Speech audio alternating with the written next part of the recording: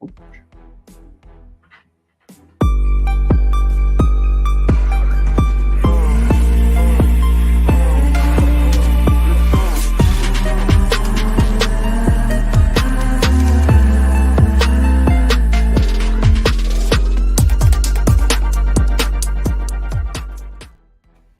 right, I'm particularly excited for this episode today. Joining me today is hard-hitting safety Cody Brown from the Philadelphia Stars, a man known for his tooth-shattering hits that have gone viral over the final stretch of the season. Cody's no stranger to the spring football world.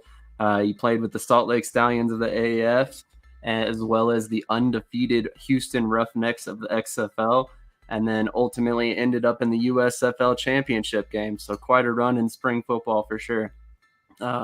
You're a little under a week removed from the championship game. Where's your level of excitement given the way your season went at this point? It's good. It's just kind of trying to come down off of that, that high of being in the championship game and stuff like that. So I'm getting settled in back at home. Took a little bit of time off and, gonna get back to work. Absolutely. So you hail from a state, as we talked about a little bit ago, that is kind of known for football in Texas, where you were just speaking about back home. Talk to me about the mentality in Texas when it comes to football. Man, it's kind of just something that you kind of bred into.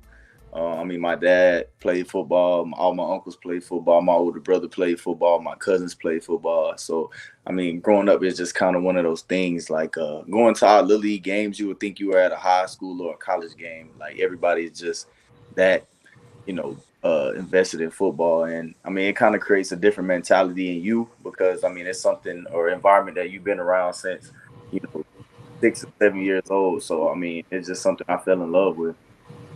Absolutely. So with that being said, I assume you got involved in football relatively young? Yeah. I think my first actual tackle football game, I think I might have been 6 years old. And at the time I was a lot smaller than everybody else. So, it kind of helped me be a physical player, being undersized for a majority of my youth football career. Makes sense. So I was actually kind of surprised in my research of you. I found out that in high school you actually lettered in 3 different sports. Yeah, I played basketball, track, and football. That's impressive. Was football always your first love, or was it kind of where you were torn between the 3? I don't think so, because like I said, when you're kind of born and raised into something, it kind of holds a different weight in your heart. And football has always been number one for me out of all sports. Everybody, plays basketball and stuff like that, but it's just something about the environment of football, and the people around it, like around the game, the fans, the coaches, and how much everybody has to invest in. So football has always been number one. Sure. I could see that. I could definitely see that. So during high school, as I just said, you're a hell of an athlete. You end up lettering all 4 seasons. Including lettering in 3 different sports, as we just mentioned, and you end up as an all-district choice as well. Talk to me about how you were rated as a recruit and how this led you to where you would end up in college. I think that I've always been just like a football player. Like I've always been a team first person. So, playing those sports and stuff like that, I wasn't highly recruited. I don't think I received any scholarship offers out of high school due to like grades, academics, and stuff like that, which I kind of regretted. But I've always been able to put the team first. Like I didn't play defense until I graduated high school. In my first college game, I played defense, so I had no idea. So defense was something new to me. So it's always been a transition period for me. I went to 3 different high schools and stuff like that. So recruiting process was a little tougher for me. Gotcha. Interesting. So, we've seen your very hard hits. Who did you model your game after when you were growing up? I think I take a little bit from a lot of guys that I look up to. Even playing offense, like I've always been an Ed Reed fan. My mom loves Troy Polamalu as there you go. Like, as soon as I started playing defense, that's the only thing she could ever just relate to. It's like, you look like this, you look like that. So I take a little bit out of those guys. Brian Dawkins, of course, Charles Woodson, um, and a lot of people refer to a lot of the older guys like Ronnie Lott and stuff like that. But I think I take a little bit out of each one of their game because each one of them are totally different players. Agreed. They're all extremely versatile, but they're all a little bit different in terms of the way they play the game for sure. All right. So we talked about a bunch of guys that you kind of modeled your game after. Most of these guys, as I just mentioned, were very versatile players, as you are as well. Is your versatility something you would consider one of your strongest assets as a player? Yeah, I do. I've played almost every skilled position in defense that you probably could. I played outside linebacker. I played nickel dime, safety. I played 2 years in college corner. So I mean, I think the versatility helps out with me knowing that different roles in the coverages and different roles in the schemes and stuff like that, and just having that knowledge, I think does help out a lot. Absolutely. So I've noticed over your career, no matter where you go, you seem to have to kind of fight your way into the lineup or like kind of fight your way into relevance. And it's kind of inspiring in my particular case because it seems like you overcome whatever is put in your way as a player. I mean, having started your career at Independence Community College before making it to Arkansas State, what is it that drives you to continue to push yourself to new heights at the side of each challenge? I think it's just always been the underdog. Like, I've never been the favorite in anything. I've never been on a team that was like, okay, this team is going to do this team is going to do that. So I think it just is instilled in me just to like go out there and prove people wrong. I take pride in like, earning respect. And that's something I think about all the time. Anytime I step on the field, I feel like I have to go out there and earn my respect from whoever it is. If they not talking about me before the game, they will after the game. So I think that's just why I kind of hold my pride and hold my mindset. I could see that for sure. During your stint in Independence Community College, you end up putting up impressive stats, but you're still only ranked as a 3-star JUCO recruit, which I still can't quite understand that thought process. But does stuff like this put a chip on your shoulder to continue showing others that they're wrong about you? Yeah, absolutely. Like I said, it's always been something like my entire life, just never being that sought out guy. I mean, I don't know what it is. I mean, I've compared numbers, I've stature, everything. And I feel like I match up with anybody. Like, as far as when it comes down to my position, like it doesn't make sense to me why I've been overlooked. But I mean, I don't take it anything personal, but I just add it as motivation. Agreed. So as I mentioned, you end up at Arkansas State for the 2015-2016 seasons. In both seasons, you showcase exactly what you're able to do as a player. I mean, in 2016, you end up with 63 tackles, 3 for a loss, 3 interceptions for 28 yards, as well as 12 passes defended, 1 fumble recover, and a block kick, kind of a little bit of everything. Talk to me about how you were able to find the success at the D1 level after being overlooked coming out of high school. I mean, it's just a blessing. I mean, I can't surpass anything. I'm a strong believer in God. I think that like He always finds a way to, show me opportunities to showcase my skills. And I think in college, He's always put me around great coaches, great players. I don't think I've ever been a part of a team where I've been disappointed in the surrounding area, as far as coaches, staffs, management, whatever. So I think that plays a big part is, me just going out there and seizing opportunities that I'm blessed with. Absolutely. So coming out of college after a solid senior season, you put up decent numbers in your pro day. I mean, you measure in at 6'1", 205 pounds, run a 4.61 40, 1.65 yard, 10-yard split, 19 reps in the bench press. I mean, 33.5-inch vertical. I mean, it's very solid numbers for a safety. Maybe not necessarily spectacular numbers, but enough to get you in the NFL, in my personal opinion. How did you feel going into the draft about where you would end up? I wasn't sure. I knew it would be late because there was some tough guys, some big names in that draft class at my position. But also, I mean, it was just something like I put everything I had out there. There's some things I could have did better, or some numbers I might have didn't reach that I've been training and tested better in. But at the end of the day, I was satisfied with what I did because I know that at the end of the day, this is what I had to offer.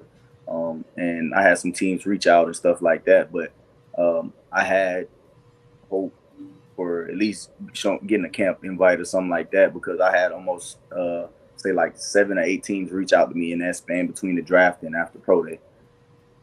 Gotcha. So what ended up happening after that? I mean, where do you end up for mini camp and ultimately the 2019 season? I ended up nowhere. I was at home. So when I came out in 2016, there was a bunch of talks and stuff like that about bringing me in for this or going to the CFL and stuff like that, and none of them just really ever followed through. So I ended up not playing football for 2 years until I was blessed with the opportunity to play in the AAF. That's amazing. That's amazing.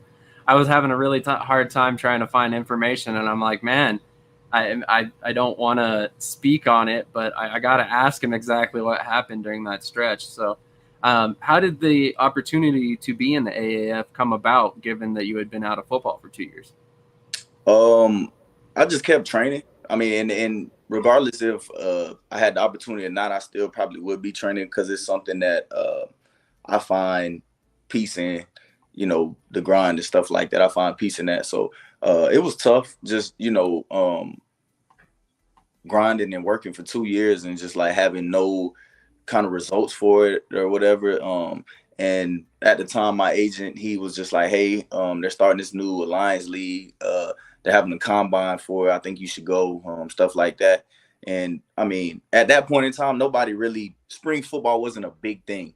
It wasn't like on the scale that it is now. You know what I'm saying? So I was kind of optimistic about it. But I went to the combine. I did decent. I don't think I did anything crazy. Like I've never been a huge numbers guy when it comes to testing and stuff like that. I'm just a football player at the end of the day. But they told us that they would reach out to us October and let us know if we've been accepted or drafted or whatever the case was.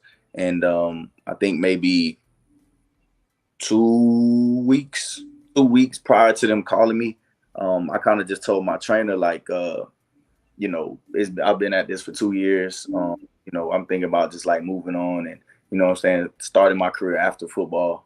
So I kind of just sat down and talked to God and just asked God like, what do you want me to do?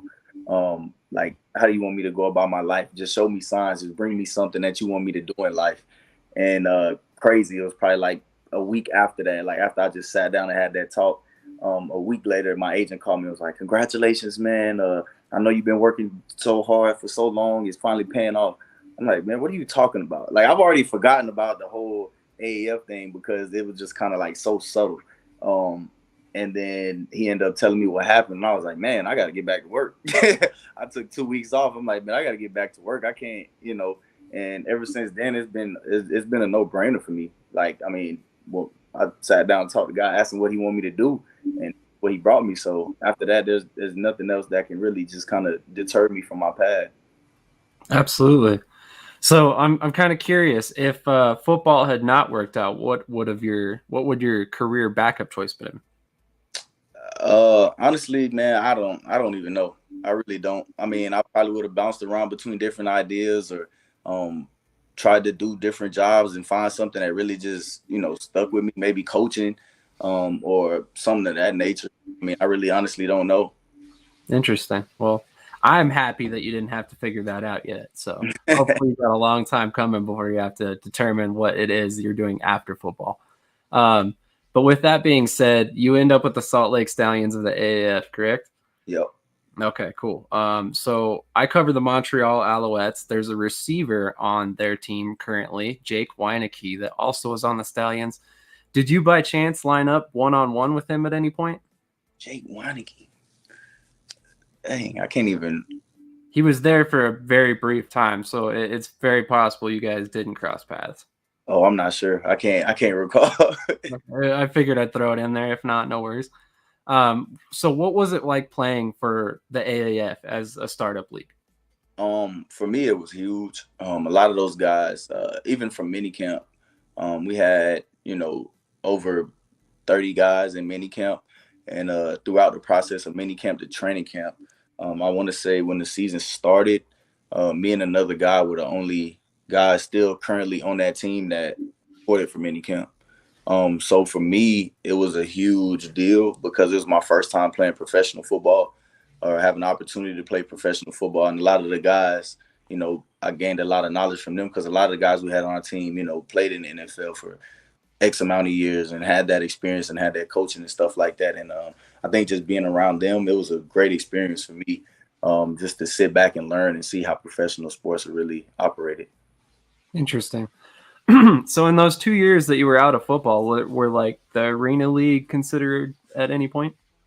No, not really. I had a couple friends played in the arena league, and just talking to them, it just didn't seem like something that I was interested in. Um, and I can see myself. I probably would hurt somebody in that small football field. Oh man, that's hilarious. So after just 8 games, unfortunately, and what in my mind was kind of like a hostile takeover, the AF ends up shutting down, leaving you and many other players without a paycheck or jobs at that point. How did you find out that the AAF was shutting down at the time? In the middle of, I think it was either special teams or defensive meetings. One of the receivers opened the door and was like, "Hey, the league shut down," and everybody was like, "What?" And the coaches didn't even know about it. And then we had a team meeting later on that night, so they canceled the meetings and told everybody to go back to their room and they were gonna figure it out and blah blah blah. And then we had a team meeting that night. I think it was either 8 or 9, and our GM sat us down and just kind of explained to us what was going on. And it was kind of a little bit of chaos, honestly. That's crazy. I can't believe the coaches didn't even know. I mean, you would think they would try to inform them first, but I guess it was pretty much just chaos at that point, right?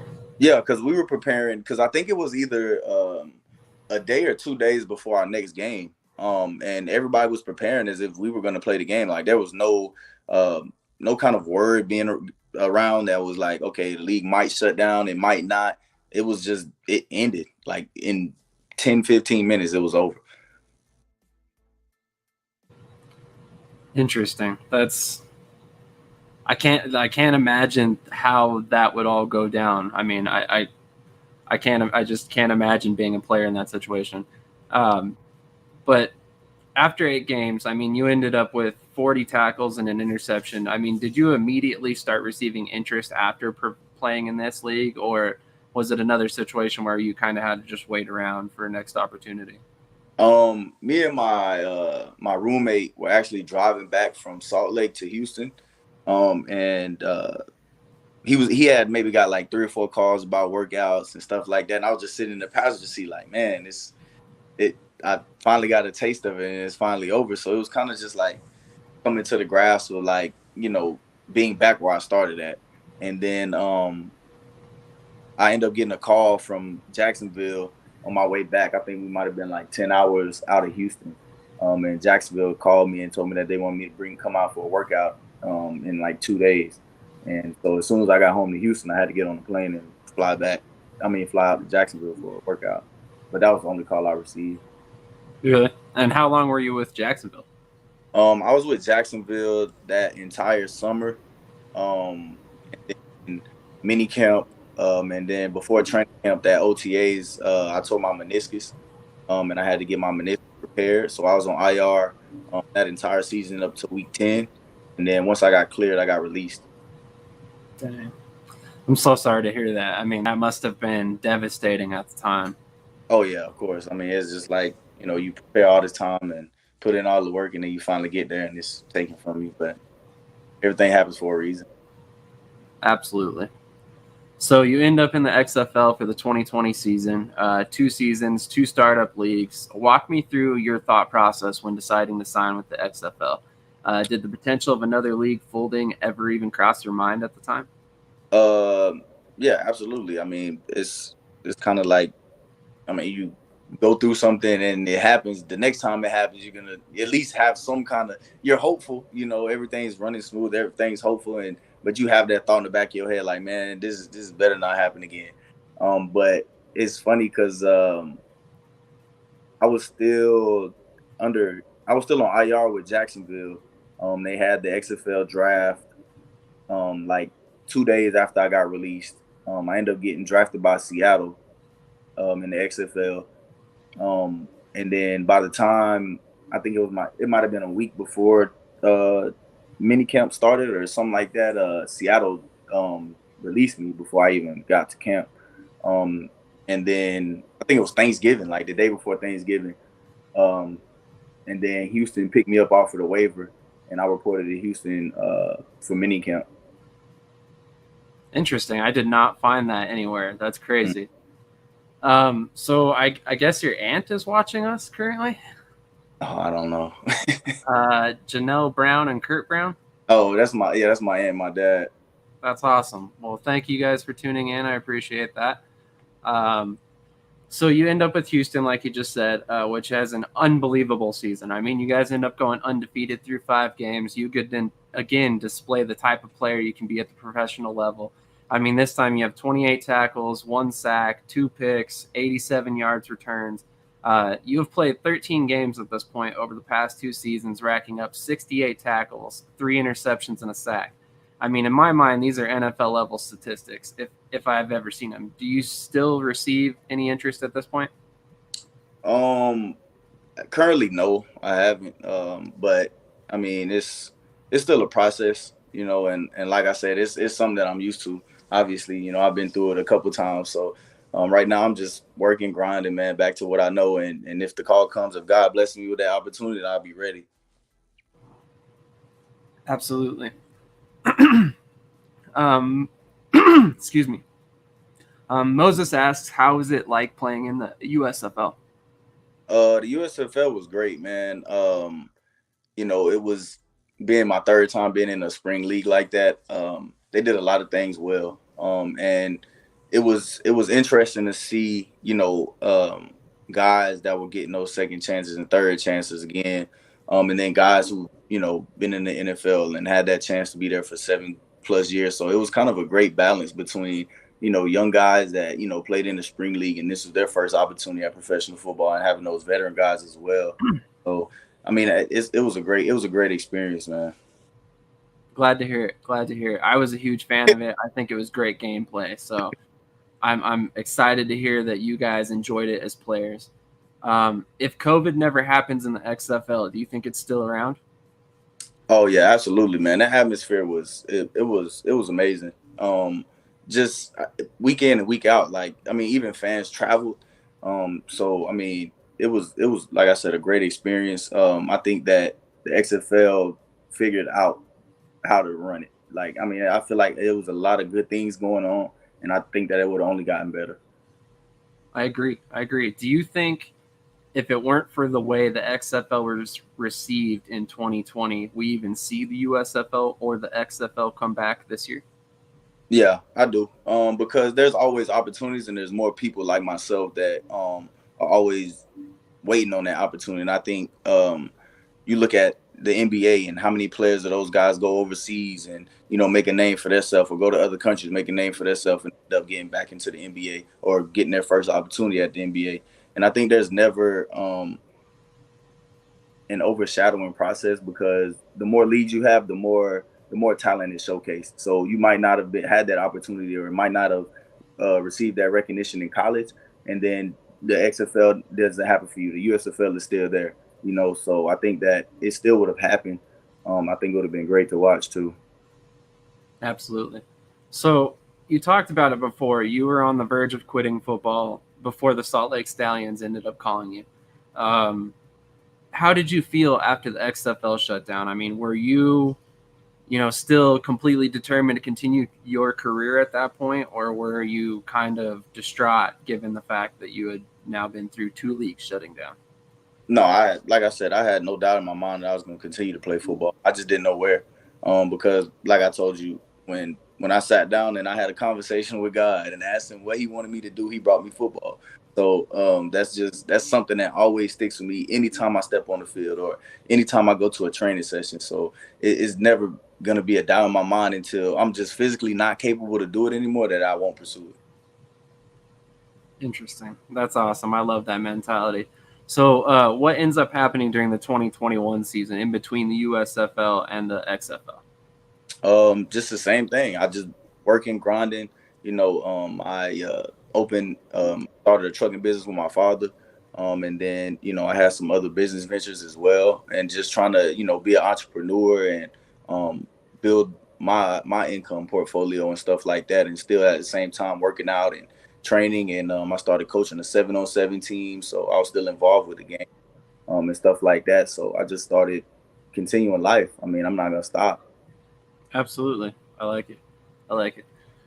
So during the 2021 season, we all kind of started hearing the USFL was starting to form, starting to get to the point where they were going to launch again. Did you immediately know once you started hearing about it that, hey, I'm gonna give it a shot? I wasn't sure because I didn't have a lot of hype coming into it, you know. So and then a lot of the times, you never really know. They keep a lot of things in house when it comes to like those spring leagues before they start up and stuff like that. So I didn't really have too much information about it. So, but once the opportunity was there, I was excited. Absolutely. So ultimately, I mean, it's draft day. Did any teams reach out to you before draft day to tell you they were interested? Yeah, just the stars. Coach Bayless called me on the phone and we had a conversation for about maybe 2 hours, and it was funny just talking to him because he also tried to get me in the XFL, and then Seattle ended up drafting me, and then he tried to get me off the waiver wire, and then Houston was on the waiver wire before them because we played against him in the AF when he was with the Birmingham Iron. So he tried in the XFL as well, and then I just told him it must have been meant to be. So now I'm here. That's awesome. That's awesome. So ultimately, the Stars select you and fellow safety Ladarius Wiley in the 19th round. Take me through your emotions of being drafted. Was this like validation that all these years of making the most of your opportunities has, it made sense? It was an impression this whole time? Yeah, I think it was just validation on not quitting and not giving up and just being persistent. Because I mean, you never know when the opportunity is going to come, and the only thing you can control is being prepared. So I think just being prepared all the time and just being consistent and not giving up is it was validation for that for sure. Interesting. So talk to me about training camp. I mean, we all talked about it this season. Your training camp was what, like 3 weeks long? Mm-hmm. How difficult was it as a player to try and learn a new playbook in that short amount of time? For me, it wasn't that hard. I mean, I feel like every playbook is very similar in ways. It's just different, either verbiage or terminology. So that's the hardest part. But as far as scheme goes and stuff like that, it wasn't hard for me to pick up at all. So I picked up pretty fast on that. Gotcha. And how in training camp, how much position battles did you guys really have, or was it kind of already a determined starting order right away? We just had a rotation because we only had three safeties on the roster. So we just kind of rotated every other series and stuff like that, and we continue to do that throughout the season in games and stuff. Absolutely. So how would you describe yourself? Would you be considered the starter in that position, or how exactly does that get divvied up? I mean, I'm not. I mean, there was no declared starter, so I don't know if I could take that label. But I think I played my role as far as being a vocal leader and a quarterback for the defense. I would agree. I would definitely agree. I think especially later on in the season, you kind of set the tone. I mean, I talked to you a couple times about how I felt like your hard hits were rubbing off on your teammates because it was like we had those couple viral hits, and then all of a sudden everybody's on the Stars defense is just laying dudes out. And I'm like, okay, all right, cool. I could get behind this for sure. So through 8 regular season games this season, you pick up 61 total tackles, an average of just over 5 a game, showing that you're a rangy safety that can almost always be found around the ball. I mean, talk to me about how you just happen to always find yourself near where the ball carrier is at. Effort. I mean, it's just, you never know what's gonna happen. So I mean, if you take a play off, it might be that play you took off might turn into a touchdown. That play you took off might turn into a first down. It might alter the game. So you just always have to put in that effort and just run to the ball. And you never know what might happen. You might get there and somebody punch the ball out. Now you got to fumble. Now the whole game changes. So I think just having that relentless effort is just something that changes the game. I would agree. About 3 weeks ago, or well, I guess probably about 5 weeks ago at this point, you hit a receiver by the name of Isaiah Henney. I'm going to show the clip here in a second, in which you quite literally broke his wisdom tooth. Since then, it seemed, like I said, to open up a flood of hits like this by your team. Do you believe your hard hits were the motivation for your teammates to hit this way as well? I don't want to take credit for that. I mean, I just feel like it kind of just opened up the vision that everybody else had. I think that when you see somebody go out there and do that and bring that kind of mentality to the game, it's like, okay, you know what? Maybe let's go out there and just kind of get behind this a little bit. But I think there were a couple hard hits prior to that, but I mean that one just kind of sticks out because of the scenario and stuff like that. But yeah, I don't want to take credit for that. Hey, well, I will say that was not the only one. It was like a week or two later where you laid out the dude on the Generals. And the same thing that popped up all over Twitter, all over Facebook. But I'm going to play the clip real quick for anybody who hasn't seen it. So here's the infamous tooth-shattering hit I talked about in the intro. Before the hit, but he gets popped by Brown.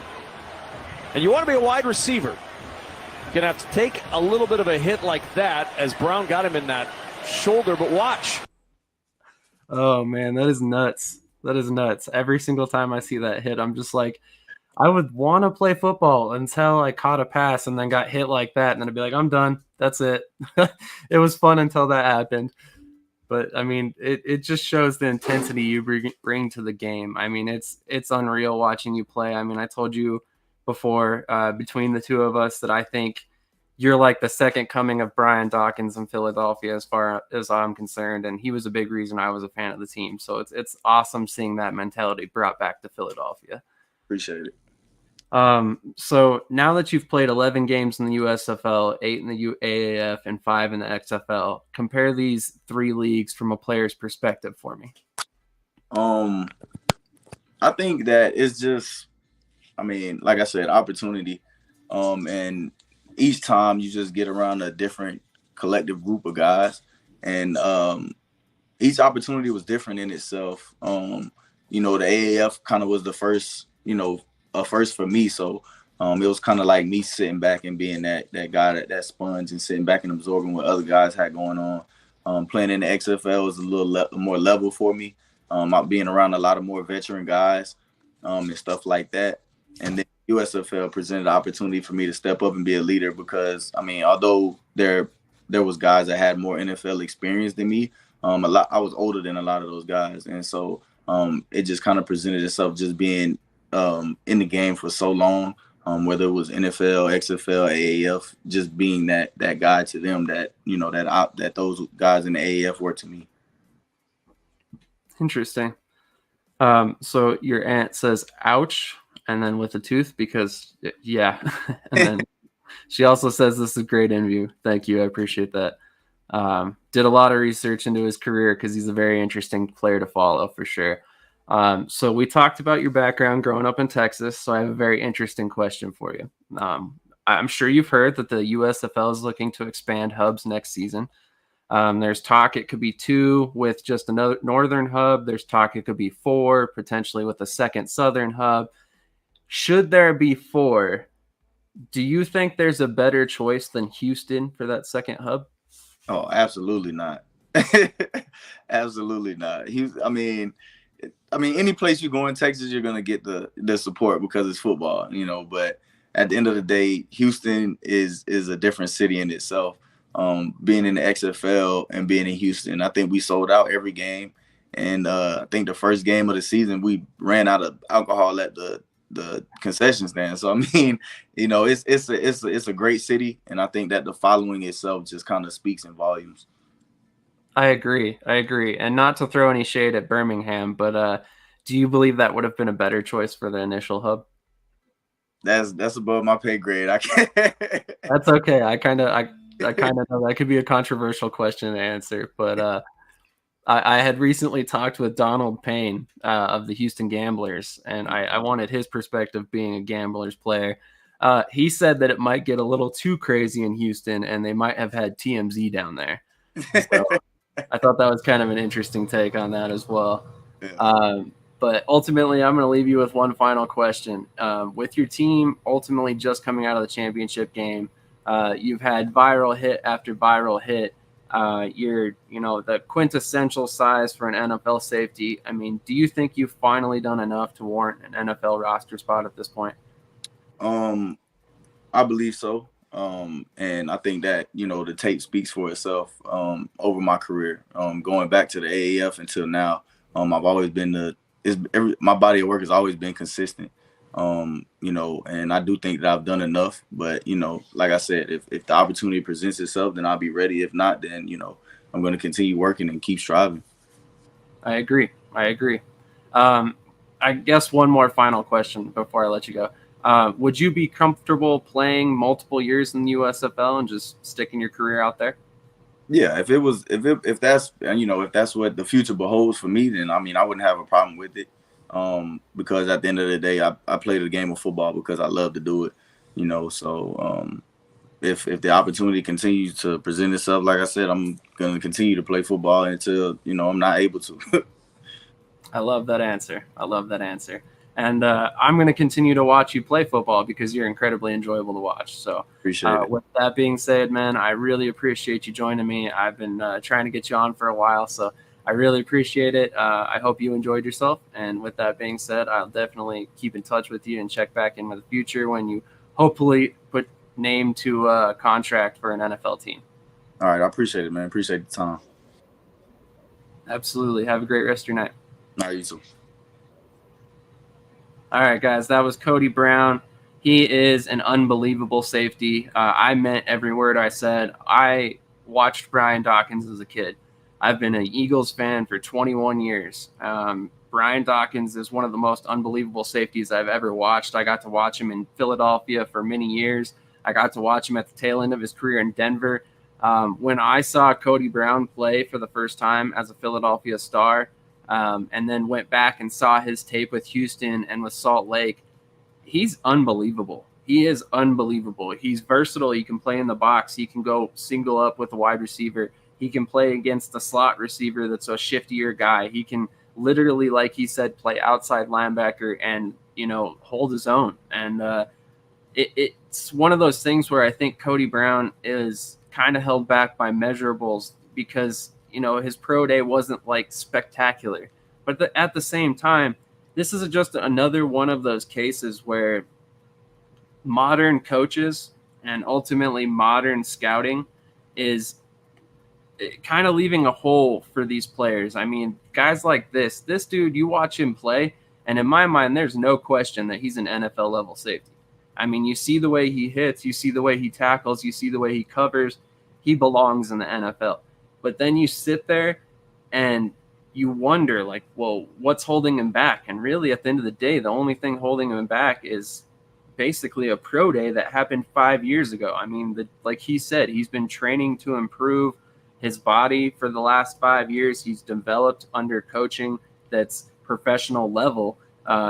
He's way past the point of where he should have been giving another opportunity in the NFL, and a legit opportunity at that, not like he was in Jacksonville where he was on the roster until he got healthy and then they let him go. That's not a fair shot to him, and he deserves one because, like I said before, he's an amazing player. And I'm not just saying that because I'm a Philadelphia fan. I mean, you go watch him play. I guarantee you'll be a fan of him too. With that being said, I wanted to get a couple of the comments out there. Thank you once again for, I believe it was Kurt and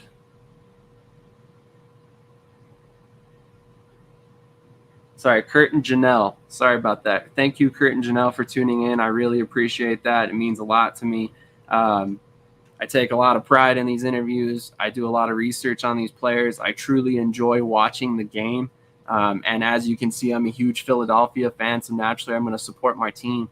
But beyond all that, Cody's an amazing player, and I would be supporting him either way because he's fun to watch.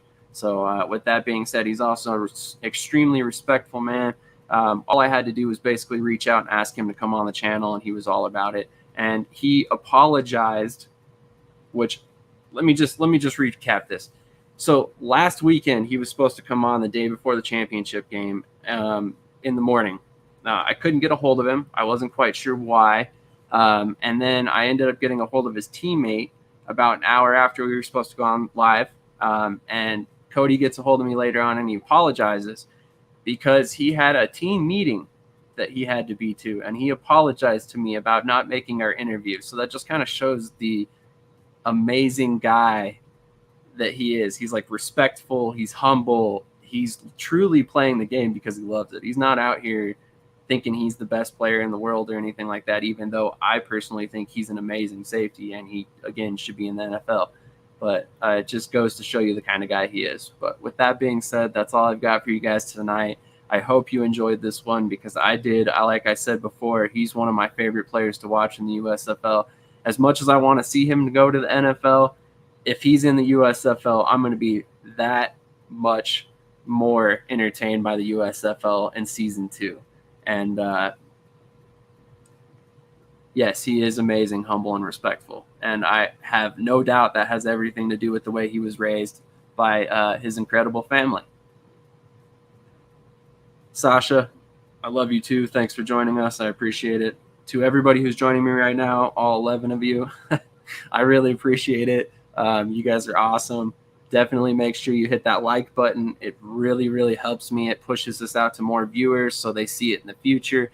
YouTube literally will not push out our videos if they don't know that you guys are enjoying it. So if you don't hit that like button, basically this video is dead in the water. So please do me a solid, hit that like button, hit the subscribe, share it with your friends. If you're a Philadelphia Stars fan, make sure you share it with everybody you know, because at this point, I think Cody Brown's probably one of the best players we have on the roster. And I personally think that there's a good chance that he's in the NFL, but if he isn't, we definitely need to make sure we're supporting him as Stars fans because he's amazing to watch. But with that being said, I hope you guys all have a great night, and I will catch you in the next one. I believe is going to be next Wednesday. I have tight end Brandon Barnes joining the show, Houston Gambler as well. And then we got more to come. I mean, I'm supposed to be lining something up with Brian Scott, Luis Aguilar, the kicker / punter from the Stars. There's also going to be Dominique Davis, Davin Bellamy, Cam Eccles-Looper will be coming back on and check in. Rashad Payne, NAL running back, will be coming back on. Jordan McCray will also be coming back on and check in.